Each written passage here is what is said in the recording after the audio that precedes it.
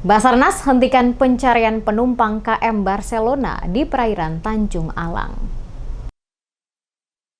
Setelah 7 hari pencarian, Kantor Pencarian dan Pertolongan Basarnas Ambon menghentikan operasi pencarian terhadap Latifah Sunet, 65 tahun, seorang penumpang yang jatuh dari KM Barcelona di perairan Tanjung Alang, Kabupaten Maluku Tengah. Kepala Basarnas Ambon M. Arafah menyatakan bahwa operasi pencarian dihentikan pada Minggu 2 Maret. Karena tidak ditemukan tanda-tanda keberadaan korban meskipun tim SAR telah melakukan pencarian intensif. Korban yang diketahui jatuh dari KM Barcelona saat melintasi perairan Tanjung Alang pada Senin 24 Februari 2025 dinyatakan hilang setelah 7 hari pencarian.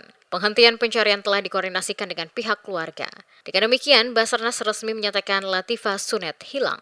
Arafah menjelaskan, insiden terjadi saat KM Barcelona berlayar dari Sanana, Provinsi Maluku Utara, menuju kota Ambon. Korban dilaporkan terjatuh ke laut pada pukul 05.58 waktu Indonesia Timur. Setelah kejadian, kapal sempat berputar beberapa kali untuk mencari korban namun tidak berhasil menemukannya. Pada pukul 08.20 waktu Indonesia Timur, Basarnas Ambon menerima laporan insiden tersebut dari Stasiun Radio Pantai atau SROP Ambon.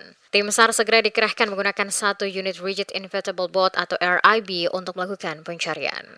Sehubungan dengan telah dilaksanakannya operasi SAR sampai hari ini telah memasuki hari ke-7, tidak ada tanda-tanda ditemukan korban. Hasil koordinasi dan evaluasi bersama keluarga korban dan potensi SAR, maka operasi SAR dihentikan dan diusulkan untuk ditutup. Korban atas nama Latifah Sunet, 65 tahun, perempuan, dinyatakan hilang. Dengan tidak ditemukannya korban, operasi SAR dinyatakan selesai dan ditutup. Seluruh unsur potensi SAR yang terlibat dikembalikan ke satuannya masing-masing.